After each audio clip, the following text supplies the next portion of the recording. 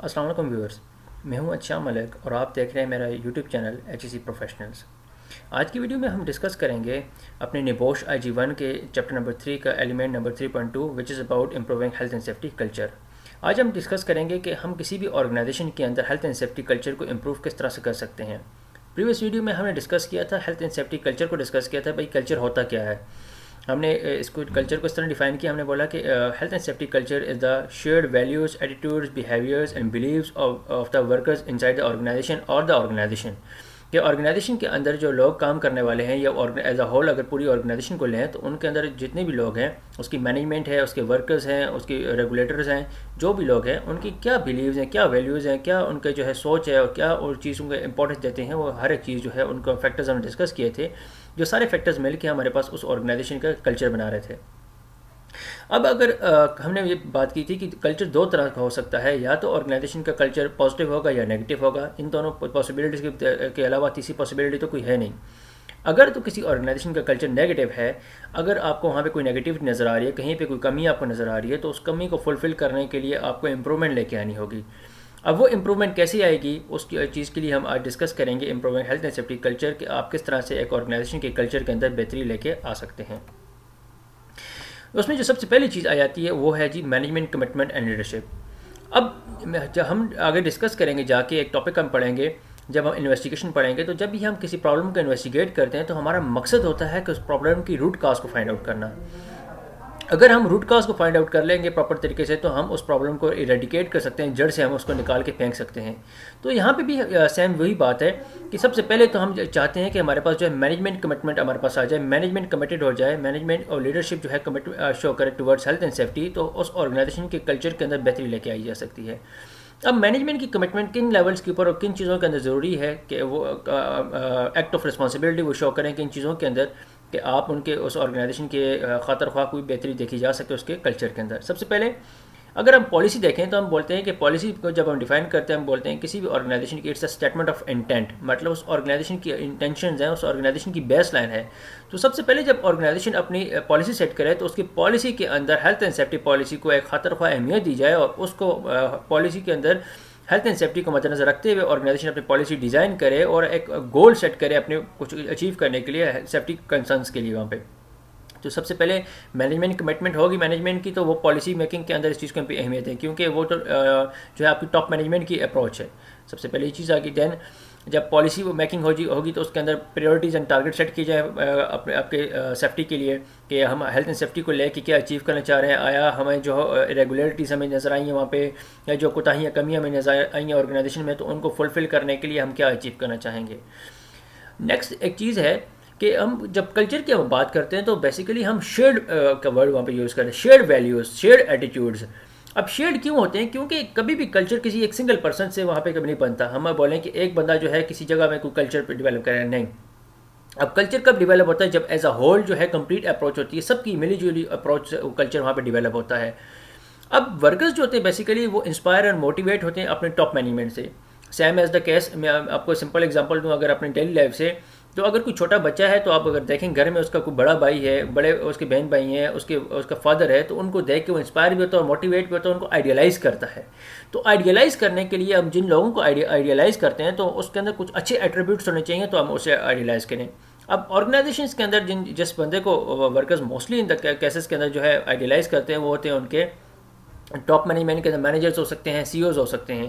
तो जब वो इंस्पायर और मोटिवेट करेंगे, अब कैसे इंस्पायर और मोटिवेट करेंगे, अपनी वेलबींग से, वहाँ पे जो उनके काम होंगे अपने उससे। कभी मिसाल के तौर पे अगर आपका जो है वो कोई टूर आ रहा है, सेफ्टी टूर आपका हो रहा है, या जनरली अगर आपका विजिट किया जा रहा है, आपका सीईओ विजिट कर रहा है, तो वो हेल्थ एंड सेफ्टी की जितने भी प्रोटोकॉल्स हैं उनको फॉलो करते हुए वो विजिट कर रहा है, तो वर्कर्स उससे इंस्पायर भी होते हैं, मोटिवेट भी होते हैं कि आया ये बंदा कर सकता है तो हम क्यों नहीं कर सकते। तो अपनी एक क्लियर कमिटमेंट शो की जाती है वहाँ पे। अब इसी तरह से जब आपकी टॉप मैनेजमेंट कमिटेड होगी तो वही लीडरशिप जो है कैस्केड डाउन करेगी throughout the organisation. Cascade down से मुराद ये है कि जैसे डिसेंडिंग ऑर्डर में एक चीज़ बड़े से छोटे की तरफ बे के आती है, नीचे की तरफ फॉलो होकर आती है, इसी कैस्केड डाउन का यही मतलब है कि टॉप टू बॉटम जब चीज़ वो फॉलो होकर आती है। जब टॉप मैनेजमेंट कमिटेड होगी उसकी तरफ से चीज़ें को इन्फोर्स किया जाएगा, तो लोअर मैनेजमेंट और वर्कर्स जो है उसको हर सूरत में वहाँ पर फिर क्या करेंगे, अपनाएंगे। अब विजिबल लीडरशिप आपकी किन चीज़ों से दिखाई दी जा सकती है, उसमें सबसे पहले तो ये आ गई कि आपकी टॉप मैनेजमेंट बिहेव करेगी सेफली, उसकी जब भी एक्ट होगा वो सेफ एक्ट होगा उसका, वो चाहे वो विजिट कर रहे हैं, चाहे वो रूल एंड रेगुलेशन बना रहे हैं, चाहे वो प्रोटोकॉल्स बना रहे हैं, चाहे वो सेफ सिस्टम ऑफ वर्क्स बना रहे हैं, तो उसके अंदर वो हेल्थ एंड सेफ्टी को इंपॉर्टेंस दे रहे हैं।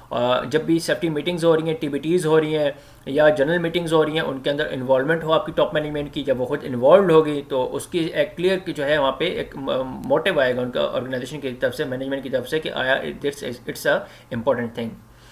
फिर safety tours and audits frequent हो रहे हैं, सेफ्टी टूर्स हो रहे हैं फ्रीक्वेंटली, ऑर्गेनाइजेशन के जो सीईओज हैं या जो आपके हेल्थ एंड सेफ्टी के जो रिप्रेजेंटेटिव्स हैं वो फ्रीक्वेंटली विजिट्स कर रहे हैं वहाँ पे, जिसकी वजह से एक इंपॉर्टेंस हो जाती है, प्रमोट हो रही है चेंज, अगर प्रमोट होगी कि इम्प्रूव सेफ्टी को इम्प्रूव करने के लिए। अब वो चेंज कैसे प्रमोट होगी वहाँ पे, क्योंकि चेंजेस जब भी आती हैं तो वो चेंजेस अपने साथ कुछ ना कुछ फैक्टर्स लेके आती हैं। अब उन फैक्टर्स को जो है, क्योंकि बाज़ औक़ात वर्कर्स जो है मेंटली प्रिपेयर्ड नहीं होते, अब वो मेंटल प्रिपेयर करने के लिए उनको जो है विजिबिलिटी शो करनी पड़ती है टॉप मैनेजमेंट को वहाँ पे।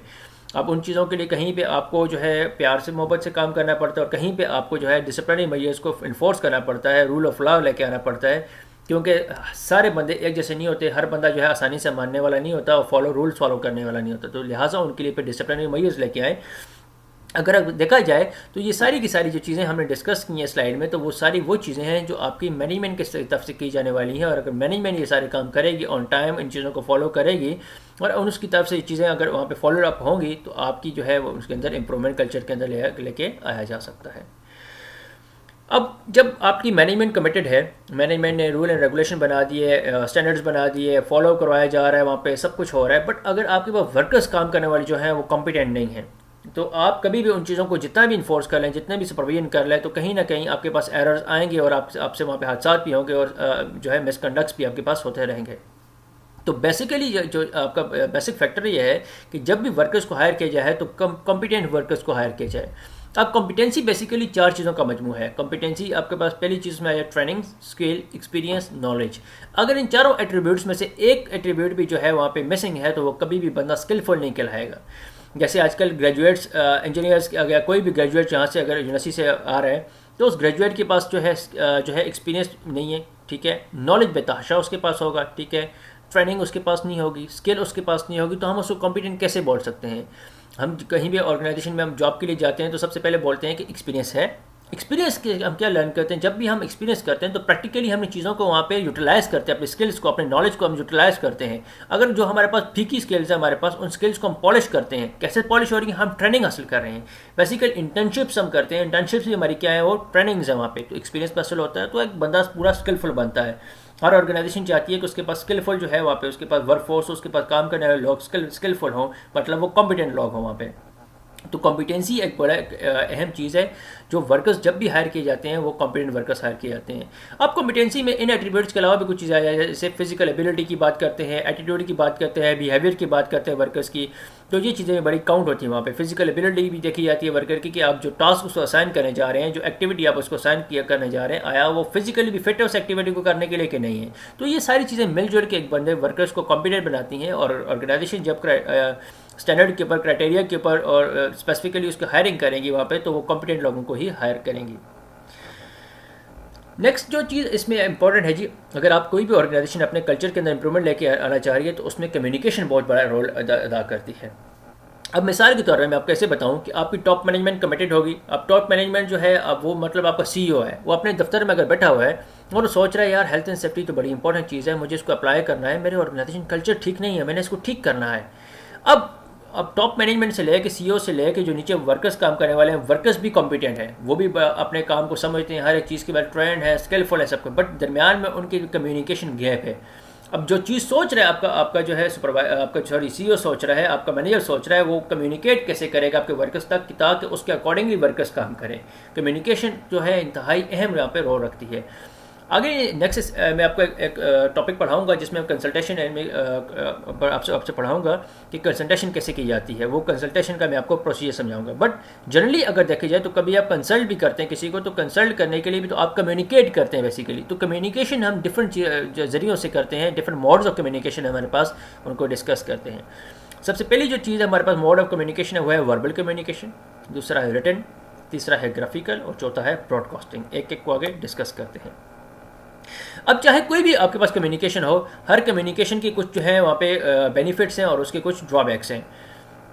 अगर मैं बात करूँ आपकी इसकी वर्बल कम्युनिकेशन की बात करूँ, तो वर्बल कम्युनिकेशन हम बोलते हैं जो वर्ड से हम करते हैं, हम ज़ुबानी कलामी हम करते हैं, बातचीत से जो हम कम्युनिकेट कर रहे होते हैं, this is known as the verbal communication.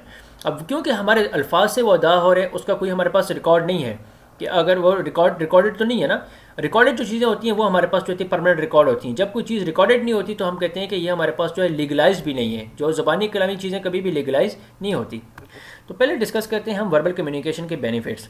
Verbal communication, आप दो बंदे आपस में बात कर रहे हैं, वो डायरेक्टली आपस में बात कर रहे हैं क्योंकि वो वर्ड से, और ये बीच में कोई भी तीसरा जो है मोड ऑफ कम्युनिकेशन नहीं आ रहा, कोई भी वहाँ पे मटेरियल मीडियम नहीं आ रहा, गैप नहीं आ रहा, डायरेक्टली पर्सनल उनकी गुफ्तगू हो रही है, क्विक है, एक बोलता है दूसरा सुनता है और आगे डायरेक्ट है। तो इस वजह से वो जवाब सॉल्व किए जा रहे हैं, वो क्वेश्चनिंग कर सकते हैं, अंडरस्टैंडिंग को चेक किया जा सकता है। जैसे क्लास के अंदर बंदा टीच कर रहा होता है, क्लास में टीच करते हुए हम स्टूडेंट्स की चेक कर रहे होते हैं कि भाई स्टूडेंट समझ रहा है, उसके फेस एक्सप्रेशंस भी सामने आ रहे होते हैं, वहाँ पे फीडबैक उसकी तरफ से आ रहा होता है, स्टूडेंट्स अपने व्यूज़ को शेयर कर रहे होते हैं वहाँ पे, इवन के बॉडी लैंग्वेज से समझ आ रही होती है कि बंदा जो है कंफर्टेबल है, समझ रहा है बात को, नहीं समझ रहा। तो एक्सप्रेशंस भी बड़े इंपॉर्टेंट हैं।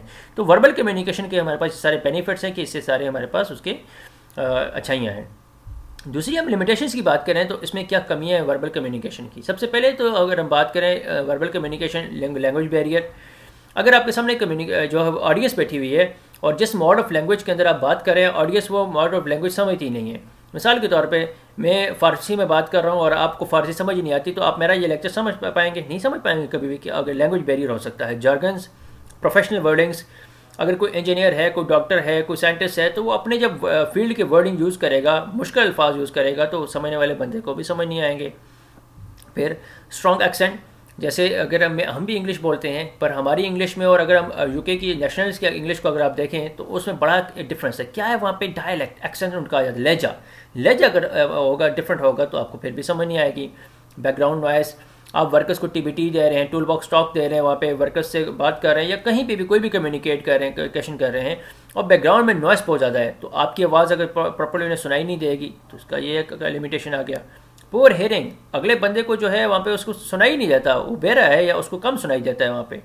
एम्बिग्विटी, आप एम्बिगुअस बात कर रहे हैं, डिप्लोमेटिकली आप आंसर कर रहे हैं चीज़ को, या डिप्लोमेटिकली आप वहाँ पे बातों को शेयर कर रहे हैं, आधी बात कर रहे हैं और आधी इन्फॉर्मेशन आप मिसिंग इन्फॉर्मेशन हो सकती है वहाँ पे। जैसे बाज़ औक़ात ये होता है कि आप अगर याद करें कि अगर लेक्चर हम याद करके आते हैं, या आप कॉलेज यूनिवर्सिटी में आप थे, तो आप सुबह जाते हुए जो है अपना घर में होमवर्क मिला वो याद करके गए आप टेस्ट के लिए, तो बोलते हुए अगर आप सुना जाए तो सुनाते हुए हम भूल जाते हैं, इन्फॉर्मेशन मिस कर जाते हैं, और वही लिखते हुए हम लिख लेते हैं, तो ये किस में फैक्टर आ सकता है।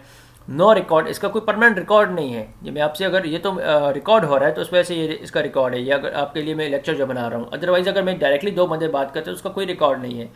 इवन अगर टेलीफोन पे आप बात कर रहे हैं, अगर सिग्नल इशू हो सकता है, डिस्टॉर्शन हो सकती है, तो ये सारी इसकी लिमिटेशंस हैं। वर्बल कम्युनिकेशन के बाद दूसरी हमारे पास आती है जी रिटन कम्युनिकेशन। रिटन कम्युनिकेशन की जो है हम कागजी लिखाई जितने भी करते हैं, जो रिटन फॉर्म में होती है, हमारे पास रिटन कम्युनिकेशन है। बेनिफिट्स इसके देखते हैं, परमानेंट रिकॉर्ड है, आपने एक दफ़ा एक चीज़ लिख ली, वो परमानेंट हमेशा के लिए वो मौजूद है। हमें अभी भी जो है 14वीं 15वीं 16वीं सदी की किताबें मिल जाती हैं, हम कहते हैं यार कितनी पुरानी किताब है, क्योंकि वो परमानेंट रिकॉर्ड था, तब हमें वो मिल रही है वहाँ पे। रेफरेंस में सबसे बेसिक एग्जाम्पल में अगर रेफरेंस के लिए आपको दूँ, तो कोई हदीस हम सुनते हैं, उसका मफहूम जब बयान किया जाता है तो उसके रावी जगह कहा जाता है इसकी रवायत किसने की है, तो पूरा एक रेफरेंस हम ले सकते हैं। हम अपनी थीसिस लिखते हैं, तो थीसिस में हम क्या करते हैं, वहाँ पे थीसिस लिखते हुए हम रेफरेंस देते हैं कि भाई मैंने इसके लिए जो है वहाँ पे लिटरेचर रिव्यू में फ़लाँ बंदे की जो है मैंने रिसर्च पेपर्स को यहाँ पे रिव्यू किया है, तो रेफरेंस दिया जा सकता है। हम केयरफुली लिख सकते हैं, कहीं पे कोई जार्गन लिखा है तो हम उसके लिए आसान वर्ड लिख सकते हैं, कोई भी वहाँ पे मिस्टेक है तो हम उसको ठीक कर सकते हैं, क्लियरिटी हो उसको शो होगी इसे। और वाइड इसकी जो है डिस्ट्रीब्यूशन भी रिलेटिवली क्या है, चीप है। मैंने एक नोट लिखा, मैंने पब्लिश कर दिया, मैंने उसको बांट दिया, मैंने ब्रोशर्स बना के मैंने बांट दिए, तो उसकी वाइड डिस्ट्रीब्यूशन रिलेटिवली क्या है, चीप है। लिमिटेशन इसकी भी काफ़ी ज़्यादा है। सबसे पहले जो इनडायरेक्ट है, पहले अगर आप ज़माने में करें तो आजकल भी लेटर का दौर तो है, लेटर्स चल रहे हैं। अगर एक लेटर लिखा जाता है तो उसको आते हुए और उसका जवाब मिलते हुए आपको कई दिन लग जाते हैं, तो इनडायरेक्ट है। बीच में आपका एक थर्ड मीडियम आ रहा है, टाइम आपका कंज्यूम होता है, जार्गन्स या एब्रीवेशंस हैं वो इसमें ही मसला है। अगर तो बंदा रिसर्च करेगा, उनके ऊपर सर्च करेगा तो फिर जाकर उसका मतलब देखेगा, अदरवाइज़ अगर लिखा हुआ भी है तो समझ नहीं आएगा, इम्पर्सनल है, क्योंकि अगर तीसरा मीडियम दरम्यान में आ रहा है तो वो ये है कि दरम्यान में कोई आपका ख़त खोल के पढ़ सकता है, एग्जाम ऐसी मिसाल के तौर पे, ठीक है। एम्बेगो से हो सकता है। मैं नॉट बी रीड, बाज़ों का पढ़ते ही नहीं है, हमें कितने ईमेल्स आ रहे होते हैं, आप खोल के पढ़ते भी हैं, पढ़ते ही नहीं हैं हम लोग, ठीक है। मैं not be read. Language barriers में भी आ सकता है, जिस ज़बान में वो लिखा हुआ है आपको समझ नहीं आती। और रेसिपिएंट पढ़ने आगे जिस बंदे को आपने लिखा है वो उसको पढ़ने ही नहीं आता, वो पढ़ना लिखने ही नहीं जाता, वो जो है इलिटरेट है, कोई इमीडिएट फीडबैक नहीं है, ना आप क्वेश्चन कर सकते हैं, ना आप उनकी अंडरस्टैंडिंग चेक कर सकते हैं। इवन कि इम्पेयर्ड विजन अगर बंदे को दिखाई कम देता है तो वो भी इसके अंदर एक लिमिटेशन है कि रिटन कम्युनिकेशन के लिए। रिटन कम्युनिकेशन के बाद आ जाती है जी ग्राफिकल कम्युनिकेशन। ग्राफिकल कम्युनिकेशन आजकल जिसके ऊपर सबसे ज़्यादा काम किया जा रहा है, जिसको सबसे ज़्यादा फोकियत दी जा रही है, वो है जी ग्राफिकल कम्युनिकेशन।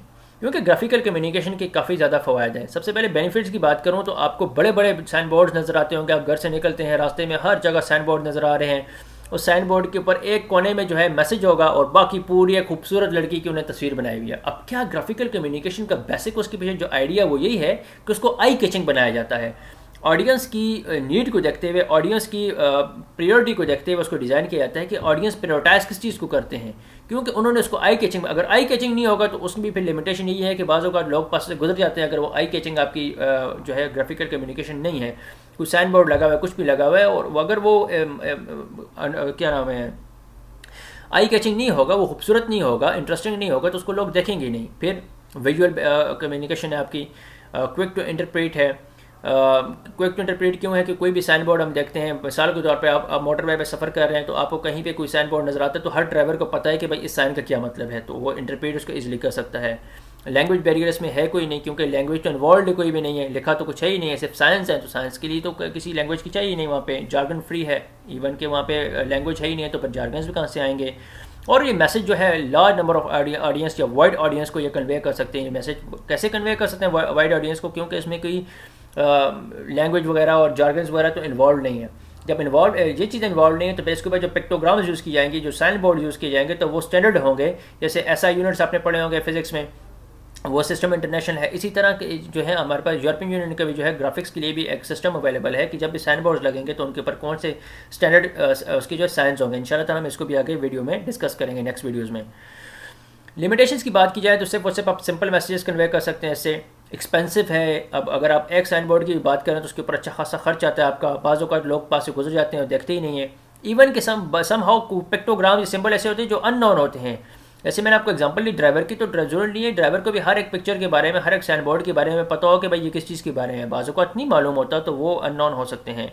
फीडबैक कोई भी नहीं है, आप क्वेश्चनिंग नहीं कर सकते, अपने किसी से आप सवाल नहीं कर सकते वहाँ पे, और अगर गुजरने वाले बंदे को या जो आपका रेसिपिएंट है उसको दिखाई ही नहीं देता तो ये भी इसमें ग्राफिकल कम्युनिकेशन की लिमिटेशन है।